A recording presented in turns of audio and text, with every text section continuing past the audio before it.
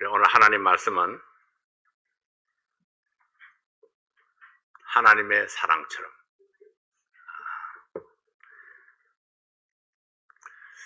요한 1서 4장 7절부터 11절까지 있는 말씀입니다. 요한 1서 4장 7절부터 11절까지 있는 말씀입니다.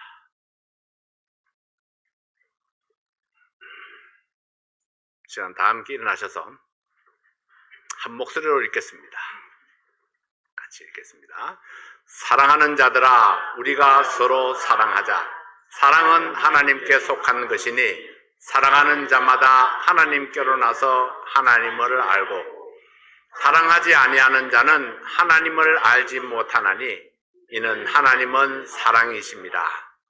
하나님의 사랑이 우리에게 이렇게 나타난 바 되었으니 하나님이 자기의 독생자를 세상에 보내심은 저로 말미암아 우리를 살리려 하심이니라.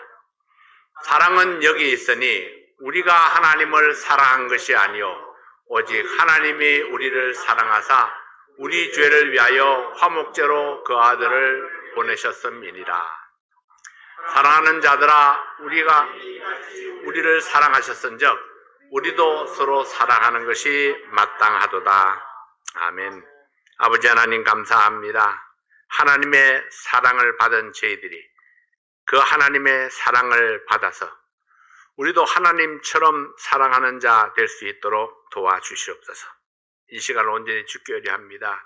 준비된 말씀을 축복해 주시옵소서. 예수님 이름으로 기도하옵나이다. 아멘. 앉으시겠습니다. 우리가 어떤 사람을 수식하는 단어를 들으면 그가 어떤 사람인지 짐작할 수 있습니다.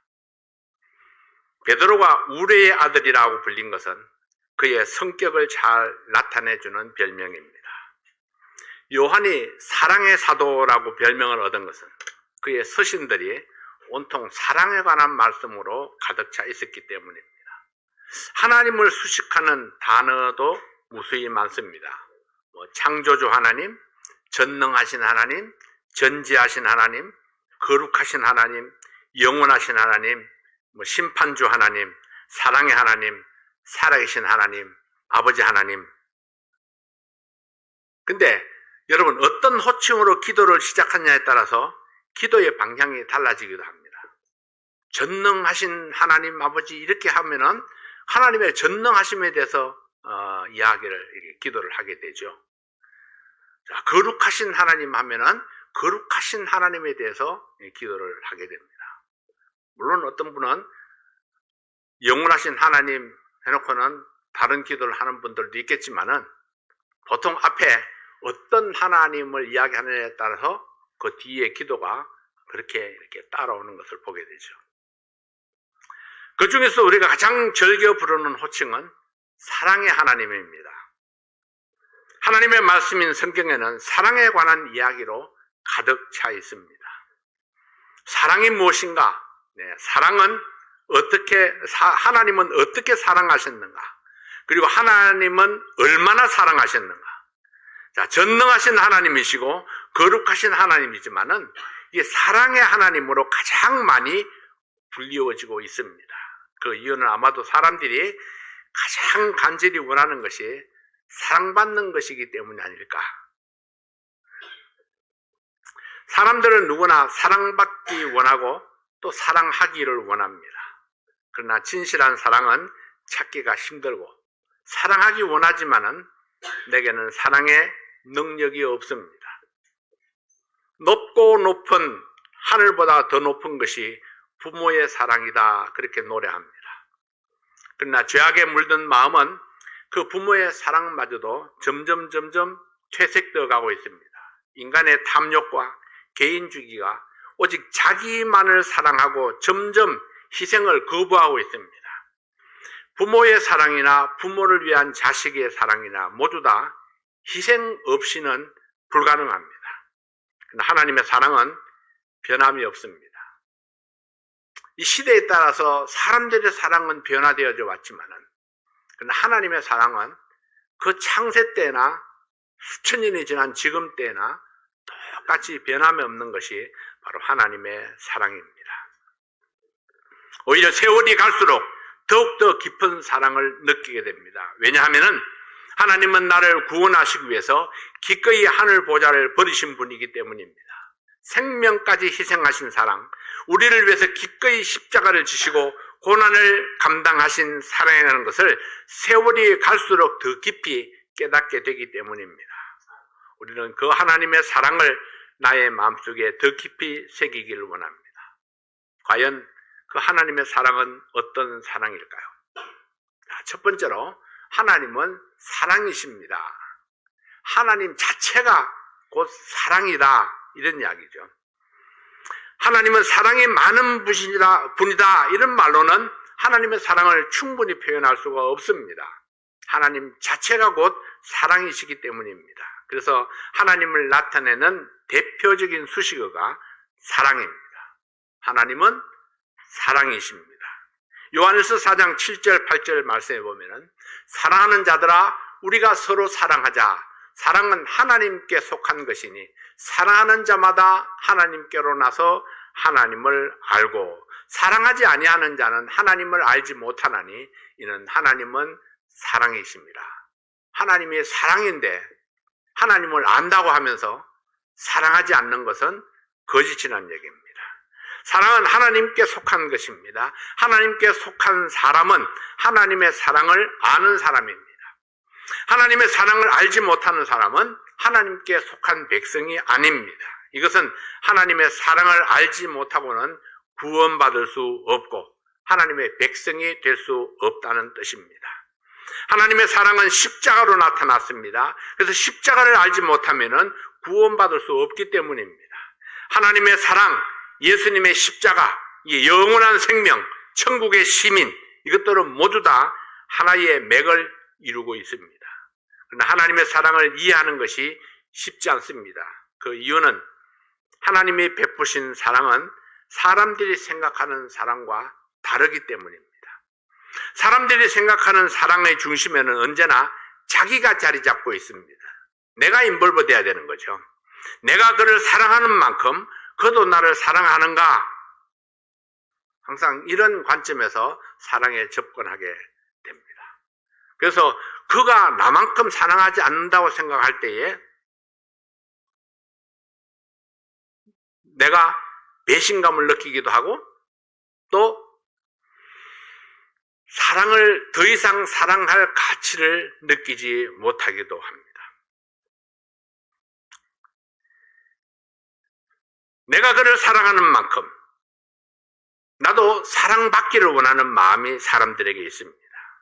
내가 그를 사랑함으로 내가 얻을 수 있는 것은 무엇인가 계산하는 사랑이 사람들이 가진 사랑입니다. 그러나 하나님의 사랑에는 언제나 다른 사람이 그 중심에 있습니다. 나의 사랑으로 다른 사람을 살리고 유익을 베푸는 사랑입니다. 계산해 보면은 언제나 손해보는 사랑입니다. 내가 더 많이 사랑하니까요. 내가 받는 사랑보다 내가 주는 사랑이 더 크기 때문에 계산을 해보면은 내가 언제나 손해보는 사랑입니다.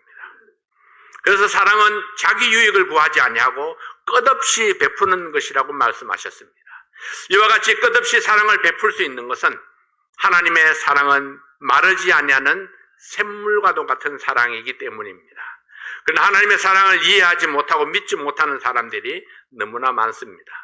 그래서 성경에는 하나님의 사랑을 가르쳐주기 위해서 많은 사건들이 기록되어져 있습니다. 그 중에 아버지의 사랑을 통해서 하나님의 사랑을 가르치는 이야기가 있습니다.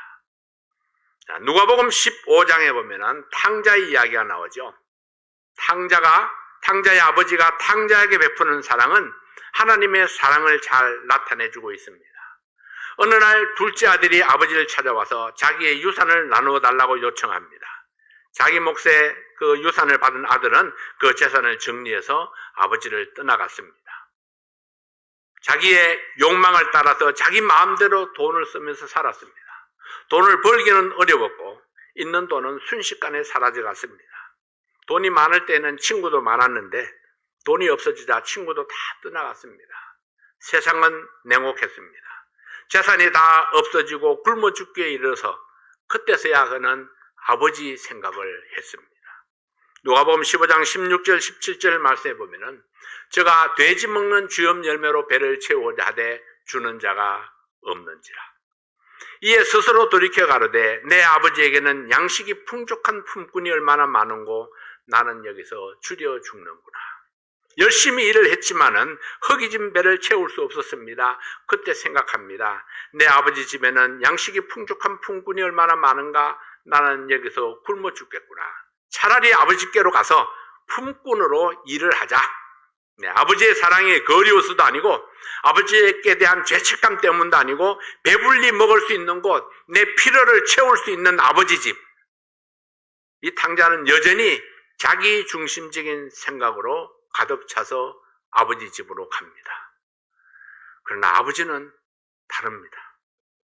아버지는 둘째가 집을 나간 그날부터 둘째가 돌아오기만을 간절히 기다리고 있었습니다. 어느 날 거지가 되어서 빈손으로 돌아오는 아들을 발견했습니다. 아버지는 반가움에 달려나가서 아들을 껴안고 기뻐하고 입을 맞추고 사랑의 반지를 끼워줍니다. 그리고 새 옷을 가져다가 입히고 새 신발을 신기고 아들의 지위를 회복해 줍니다. 아들이 아버지에게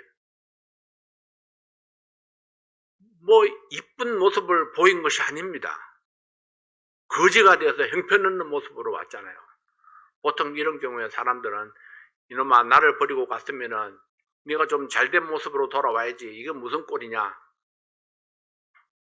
근데 이 아버지는 그렇지 않습니다. 누가복음 15장 22절부터 있는 말씀에 보면은 아버지는 종들에게 이르되 제일 좋은 옷을 내어다가 입히고 그의 가락지를 끼우고 발에 신을 신기라. 그리고 살찐 송아지를 끌어다가 잡으라. 우리가 먹고 즐기자. 이 내 아들은 죽었다가 다시 살아났으며 내가 잃었다가 다시 얻었노라 하니 저희가 즐거워하더라. 성공해서 돌아온 아들도 아니고 착한 아들도 아닙니다. 아버지의 미래의 어떤 희망이 보여서도 아닙니다. 다만 아들이 아버지께로 돌아온 것이 기뻤습니다. 살찐 소를 잡고 동네 사람들을 초청해서 함께 기쁨의 잔치를 베풀었습니다. 이유가 무엇입니까? 돌아온 아들을 바라보는 아버지의 사랑 때문입니다. 버릴 수 없는, 포기할 수 없는 아버지의 사랑. 이것이 바로 하나님의 사랑입니다.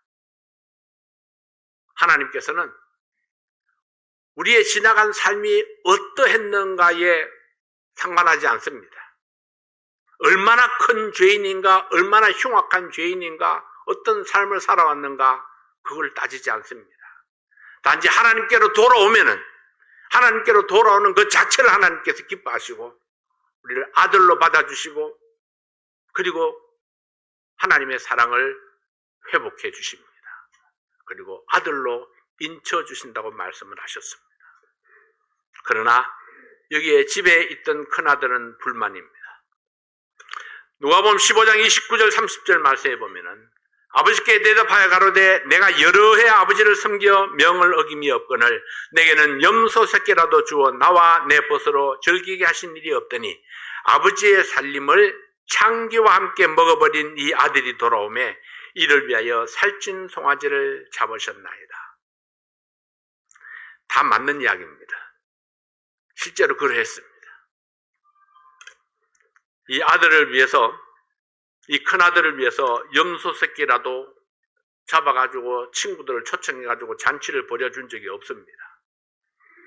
아버지의 살림을 창기와 함께 먹어버린 이 둘째 아들이 왔을 때에 송아지를 잡고 잔치를 베풀어 그 기쁨을 나타냈습니다. 왜 아버지는 이 못된 둘째를 위해서 잔치를 베푸는가? 혼을 내서 쫓아버려야 될 텐데 큰아들이 이해하지 못하는 아버지의 사랑, 이것이 바로 사람들이 이해하지 못하는 하나님의 사랑입니다. 그 큰아들을 향해서 아버지는 이렇게 말씀하시죠. 내게 있는 것이 다 네 것인데 네가 소를 잡든 염소를 잡든 네 맘대로 다 할 수 있는데 그것이 무슨 말이냐. 근데 이 아들은 잃었다가 얻었고 죽었다가 다시 살아왔는데 이 아들을 위해서 잔치를 하는 것이 왜 네게는 기쁨이 되지 못하느냐.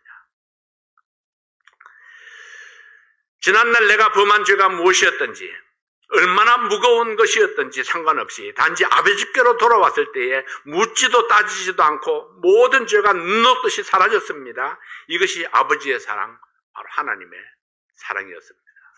그 사랑 때문에 저와 여러분이 구원받았고, 그 사랑으로 우리가 하나님의 자녀로 거듭나게 되었습니다. 천국의 소망을 가지게 된 것입니다. 두 번째로 아버지의 사랑은 베푸는 사랑입니다. 요한복음 3장 16절 말씀이에요. 하나님이 세상을 이처럼 사랑하사 독생자를 주셨으니 이는 저를 믿는 자마다 멸망치 않고 영생을 얻게 하려 하심이니라. 여러분, 여기에 사랑하사 주셨으니 이것이 바로 아버지의 사랑입니다. 사랑하면은 주는 것입니다. 하나님의 사랑은 주는 사랑, 베푸는 사랑이었습니다. 아버지를 버리고 떠났던 아들, 탕자였던 아들을 사랑으로 받아주신 아버지의 사랑은 악한 아들을 용서하시고 돌아온 아들을 위해서 양을 잡고 소를 잡아서 잔치를 베풀었던 아버지의 사랑, 이것이 곧 하나님의 사랑이었습니다. 아들과 더불어서 모든 것을 함께 하셨던 하나님이셨습니다. 그 하나님께서 나와 여러분을 구원하기 위해서 자기의 독생자를 십자가에 내어주셨습니다. 아들의 생명도 아끼지 아니하셨던 하나님의 사랑은 이렇게 나타났습니다. 모든 사람은 하나님을 배역한 죄인들이었습니다. 이미 정죄를 받아서 지옥에 떨어지도록 확정된 사형수였습니다. 그들이 바로 나와 여러분들이었습니다. 그러나 하나님께서는 그 무시무시한 지옥의 형벌에서 우리를 구원하시기 위해서 기꺼이 독생자를 희생하셨습니다. 하나님의 사랑은 독생자 예수님께 저주의 십자가를 지게 하심으로 우리를 대신하셨습니다. 과연 우리에게 그만한 가치가 있었을까요? 하나님의 아들의 목숨을 대신할 만한 그런 가치가 우리에게 있었을까요? 성경은 로마서 3장 10절 이하에서 인간을 이렇게 평가하고 있습니다. 로마서 3장 10절입니다. 기록한 바 의인은 없나니 하나도 없으며 깨닫는 자도 없고 하나님을 찾는 자도 없고 다 치우쳐 한 가지로 무익하게 되고 선을 행하는 자는 없나니 하나도 없도다. 저희 목구멍은 열린 무덤이요 그 혀로는 속임을 베풀며 그 입술에는 독사의 독이 있고 그 입에는 저주와 악독이 가득하고 그 발은 피 흘리는데 빠른지라.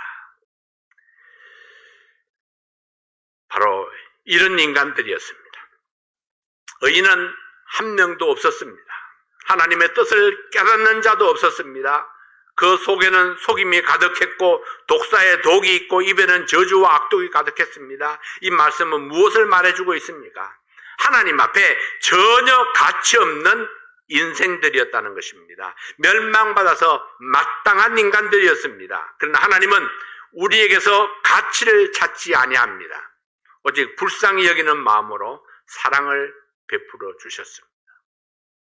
로마서 5장 8절에 이렇게 말씀하죠. 우리가 아직 죄인 되었을 때에 그리스도께서 우리를 위하여 죽으심으로 하나님께서 우리에게 대한 자기의 사랑을 확증하셨느니라.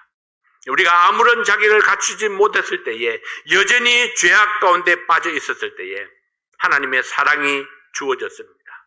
예수 그리스도가 우리를 대신해서 죽으신 것은 우리를 향한 하나님의 사랑 때문이었습니다. 이것이 짧은 우리의 소견으로는 이해할 수 없는 하나님의 사랑입니다. 왜 하나님께서 이런 사랑을 우리에게 베풀어 주셨을까요? 첫째는 하나님은 사랑이시기 때문입니다. 둘째는 우리도 하나님을 닮은 사람이 되어서 우리도 사랑하는 자 되기를 원하시기 때문입니다. 베푸는 사랑, 거저주는 사랑, 이 조건 없는 사랑을 우리의 삶 속에 나타내기를 원하셨습니다. 요한일서 4장 10절 11절에 이렇게 말씀합니다. 사랑은 여기 있으니 우리가 하나님을 사랑한 것이 아니요 오직 하나님이 우리를 사랑하사 우리 죄를 위하여 화목제로 그 아들을 보내셨음이니라. 사랑하는 자들아, 하나님이 이같이 우리를 사랑하셨은즉 우리도 서로 사랑하는 것이 마땅하도다. 우리가 하나님을 알지 못했을 때에 하나님이 먼저 우리를 사랑하셨습니다. 하나님의 사랑의 증표로 아들을 화목제물로 보내주셨습니다. 하나님의 사랑을 받은 우리에게 사랑을 주는 자가 되라 하십니다. 하나님께서 조건 없이 사랑을 주신 것처럼 이제는 우리가 사랑을 먼저 베푸는 자들이 되어야 합니다. 왜냐하면 그들은 사랑을 모르고 우리는 사랑을 알기 때문입니다. 그러니까 아는 사람이 실천하는 거지 모르는 사람만 하고 싶어도 할 수가 없죠. 사랑을 경험하지 못한 사람에게 내가 경험한 사랑을 보여줄 수 있어야 합니다. 하나님께서는 말만 앞세우지 말고 행동으로 보여주는 사랑을 가르치기 원하셨습니다. 그래서 하나님께서 본을 보이시고 우리를 따라오게 하셨다면 이것은 하루아침에 이루어지는 것은 아닙니다. 그래서 여러분들이 철저하게 베푸는 사랑을 하지 못하고 있다. 그래서 낭망하실 필요가 없습니다. 하나씩 이것이 바로 훈련입니다. 어제는 못했지만은 오늘 하나씩, 내일 또 하나씩, 그 다음에 또 하나씩 사랑은 훈련되어져 가는 것입니다. 하나님의 사랑을 깨닫는 만큼, 배운 만큼 하나씩 그렇게 훈련해 가는 것입니다. 우리는 모두 연약해서 하나님처럼 능력이 없습니다. 그럼에도 불구하고 하나님께서 거듭해서 이 말씀을 주시는 이유는 우리를 훈련하기 위해서입니다. 하나님께 받은 사랑을 내가 나타내기 위해서는 매일매일 사랑을 베푸는 훈련을 해야 합니다. 작은 것부터, 사소한 것부터 하나씩 연습하고 훈련함으로 하나님을 닮아가는 성도들이 되어야 합니다. 이것이 오늘 하나님께서 우리에게 원하시는 것입니다. 하나님의 사랑은 아낌없이 조건 없이 베푸는 사랑입니다. 세 번째로 하나님의 사랑은 포용하는 사랑입니다. 포용한다는 것은 사랑과 용서를 통해서 가슴에 이렇게 품어주는 것입니다. 요한일서 4장 10절 말씀을 다시 한번 봅니다. 사랑은 여기 있으니 우리가 하나님을 사랑한 것이 아니요 오직 하나님이 우리를 사랑하사 우리 죄를 위하여 화목제로 그 아들을 보내셨습니다. 죄는 대가 없이 소멸되지 않습니다. 모든 죄에는 반드시 화목제물이 있어야 했습니다. 하나님은 우리를 사랑하시기 때문에 용서하고 품어주기 위해서 독생자를 화목제물로 이 땅에 보내야만 했습니다. 오직 죄 없으신 예수님만이 화목제물이 될 자격이 있었기 때문입니다. 하나님께서는 아들을 희생함으로 세상 만민을 구원하려 하셨습니다. 하나님의 사랑과 예수님의 희생으로 여러분들이 멸망의 저주를 벗어났습니다. 하나님께서는 그분의 자녀들이 하나님처럼 포용하고 용서하는 사랑을 베풀기를 원하십니다. 탕자의 아버지, 아들이 거지가 되어서 돌아오는 그 아들을 덥석 안았습니다. 완전 상거지였죠. 근데 그 아들을 덥석 안아드립니다. 그리고 사랑의 증표인 반지를 빼서 그 아들에게 끼워줍니다. 그 꾀죄죄한 모습에 입을 맞추고 그리고 아들의 그 자격을 회복시켜주는 아버지. 묻지도 따지지도 않습니다. 왜 그동안에 소식 한 줄 없었느냐 묻지도 않습니다. 이것이 바로 아버지의 포용하는 사랑, 안아주는 사랑입니다. 요셉은 하나님의 성품을 잘 이해했을 뿐만 아니라 믿음으로 실천했던 사람입니다. 이복 형제들이 공모해서 은 20개를 받고 요셉을 애굽의 종으로 팔았습니다. 이유가 무엇입니까? 왜 그렇게 했나요? 동생을 향한 사랑이 없었기 때문입니다. 동생을 시기했고 질투했기 때문입니다. 요셉은 자기 의사와 전혀 상관없이 부모 형제를 떠나야 했고 머나먼 외국 땅에서 종이 되어서 온갖 고생을 하면서 젊은 시절을 보내야 했습니다. 하나님의 특별하신 도우심이 있어서 종에서 가정 총무로 발탁이 되었습니다. 억울한 일을 만나서 감옥에 갔지만은 또다시 하나님의 은혜를 입어서 바로의 꿈을 해석하고 드디어 애굽의 국무총리가 되었습니다. 흉년 때문에 팔레스타인 지역에 사는 사람들이 다 굶주리게 됩니다. 야곱의 아들들이 양식을 구하기 위해서 애굽에 왔다가 요셉을 만나게 되었습니다. 그들은 자기들이 저지른 죄를 생각하고 두려움에 떨었습니다. 그들의 죄가 그들을 두려움으로 떨게 했습니다. 그러나 요셉은 그 형들을 용서하고 그 품에 품어주는 사랑을 보여주셨습니다. 요셉의 형들은 용서받을 수 없는 죄를 저질렀지만 요셉의 청년 시절을 고난의 계곡으로 몰아넣은 악한 형들이었지만 요셉은 먼저 하나님을 생각했습니다. 하나님의 은혜와 하나님의 사랑을 생각합니다. 하나님의 뜻이 무엇인가, 하나님께서 기뻐하실 일이 무엇인가. 창세기 50장 19절부터 21절까지 있는 말씀을 봅니다. 요셉이 그들에게 이르되 두려워 마소서, 내가 하나님을 대신하리이까. 당신들은 나를 해하려 하였으나 하나님은 그것을 선으로 바꾸사 오늘과 같이 만민의 생명을 구원하게 하시려 하셨나니 당신들은 두려워 마소서, 내가 당신들과 당신들의 자녀를 기르리이다 하고 그들을 간곡한 말로 위로하였더라. 간곡한 말로 위로했다고 이야기를 합니다. 요셉이 떵떵거릴 수 있었지만은, 큰 소리 칠 수 있었지만은, 근데 오히려 그 형들에게 두려워하지 말라고 간곡한 말로 위로합니다. 내가 당신들과 당신들의 자녀들을 내가 다 길러줄 테니까 염려하지 마라. 요셉은 오늘의 이 상황이 모두 하나님의 섭리였다고 설명을 했습니다. 당신들은 나를 해하려 하였으나 하나님이 악을 선으로 바꾸어 주셨습니다. 형들의 죄를 분명하게 알려주고 하나님의 뜻을 따라 용서한다는 사실을 보여줍니다. 요셉은 하나님께서 만민을 구원하기 위해서 자신을 사용하셨다는 사실을 믿었습니다. 이것이 하나님의 사랑입니다. 원수를 원수로 갚지 아니하고 은혜를 베풀고 가슴으로 안아주는 사랑입니다. 요셉은 하나님의 사랑을 실천했습니다. 형들은 두려워하지 마시오. 이제 형들의 자녀들까지 내가 돌보겠습니다. 그것은 하나님께서 나를 축복하셨고 하나님의 나를 용서하시기 때문입니다. 사랑하신 여러분, 그럼에도 불구하고 이 형들은 요셉의 그 용서를 다 믿지 못합니다. 아버지가 돌아가셨을 때에 그들은 그렇게 생각을 하죠. 아버지가 살아있을 때는 아버지 얼굴 때문에 우리를 용서했지만은 아버지가 돌아가신 지금 우리의 생명이 또 풍전등화가 되었구나, 그렇게 생각을 합니다. 그래서 그들이 요셉 앞에 와서 다시 한번 무릎을 꿇고 자기들을 살려달라고 하죠. 믿음이 없으면 불안해지게 됩니다. 두려움에 떨게 되죠.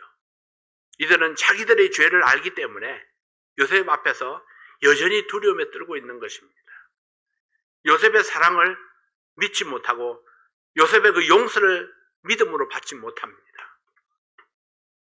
요셉은 거듭해서 그들에게 자기가 완전하게 용서했다는 사실을 인식시켜 줍니다. 사랑하신 여러분, 구원받은 성도들이 왜 하나님 앞에서 두려워하고 당당하지 못합니까? 자기가 용서받은 사실을 확신하지 못하기 때문입니다. 그래서 우리는 가끔 그렇게 질문하죠. 당신은 구원받았습니까? 하나님께서 완벽하게 당신의 죄를 용서했다는 사실을 확신하십니까? 구원에 확신이 있습니까? 지금 죽어도 천국에 갈 수 있는 확신이 있습니까? 이렇게 묻는 이유가 무엇입니까?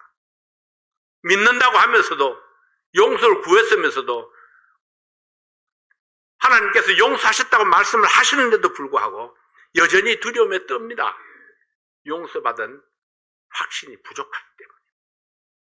그래서 하나님 말씀을 들을 때마다 우리가 그 하나님 말씀 속에서 확신을 가져야 됩니다.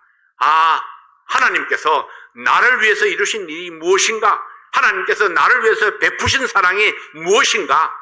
그 하나님의 사랑은 언제까지 지속될 것인가? 네. 말씀을 들을 때마다 생각해 보니까 하나님의 사랑은 영원하고 하나님의 사랑은 변함이 없으시고 하나님은 여전히 네, 예수님의 생명만큼이나 우리를 사랑하시는 분이시다. 하나님께서 요셉을 통해서 오늘 우리에게 주시는 교훈이 무엇입니까? 골로새서 3장 13절 말씀에 보면은 누가 네게 혐의가 있거든 서로 용납하여 피차 용서하되 주께서 너희를 용서하신 것 같이 너희도 그리하고. 여러분 어떠세요? 혐의가 있는 사람, 나에게 잘못한 사람, 그 사람을 용서하고 용납하는 것이 하나님이 보여주시는 사랑입니다. 나에게 잘못한 사람이기 때문에 내가 용서하는 거예요. 잘못이 없는 사람을 용서할 필요가 없잖아요. 근데 하나님께서는 보복하는 사랑을 우리에게 말씀하신 적이 없습니다. 용서했다고 말하면서 그 사람과 마주하지 않는 것은 용서한 것이 아닙니다. 우리가 용서하지 못하면서 하나님의 용서를 확신하는 것도 어렵습니다. 하나님이 나를 용서하신 것처럼 나도 용서하는 사람이 되어야 됩니다. 우리의 마음속에 뭔가 용서하지 못하고 아직도 꼬부라져 있는 것 뭔가 있습니까? 뭔가 움켜쥐고 있는 것들이 있습니까? 놓아야 됩니다. 죽기 전에 놓아야 됩니다. 죽으면 다 놓아요. 죽으면 어떻게 해요? 죽으면 다 손 펴고 갑니다. 아무것도 잡지 못하고 손을 탁 펴고 죽죠.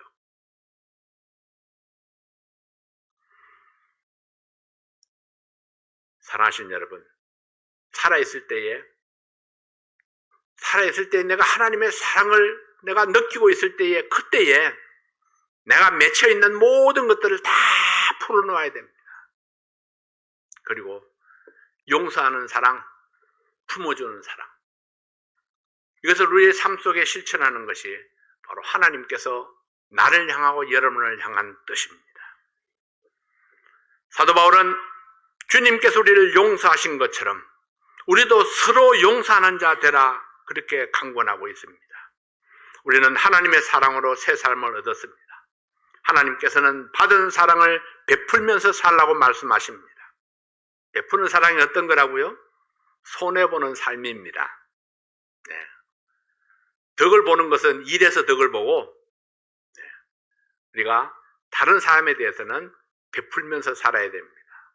뭔가 내가 누군가를 위해서 무엇을 줄 수 있는가를 생각하며 살아야 내가 마음이 넉넉하고 풍성합니다.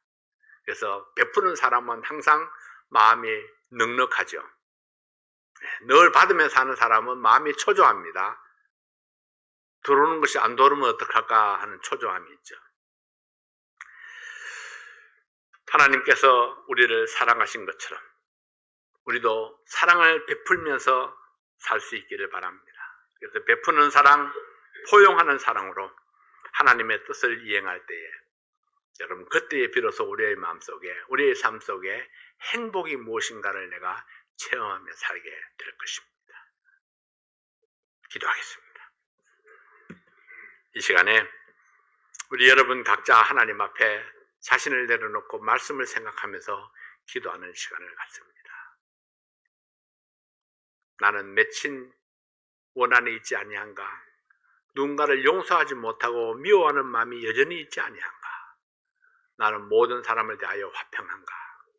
오늘 이 시간에 하나님의 뜻을 이루지 못한 것들 있으면은 하나님 앞에 용서를 구하고 또 용서하고 품어주고 포용하는 그런 사랑을 나타내겠다고 하나님 앞에 결단하는 그런 시간이 되기를 바랍니다. 각자 잠깐 동안만 자신을 돌아보며 기도하십시오.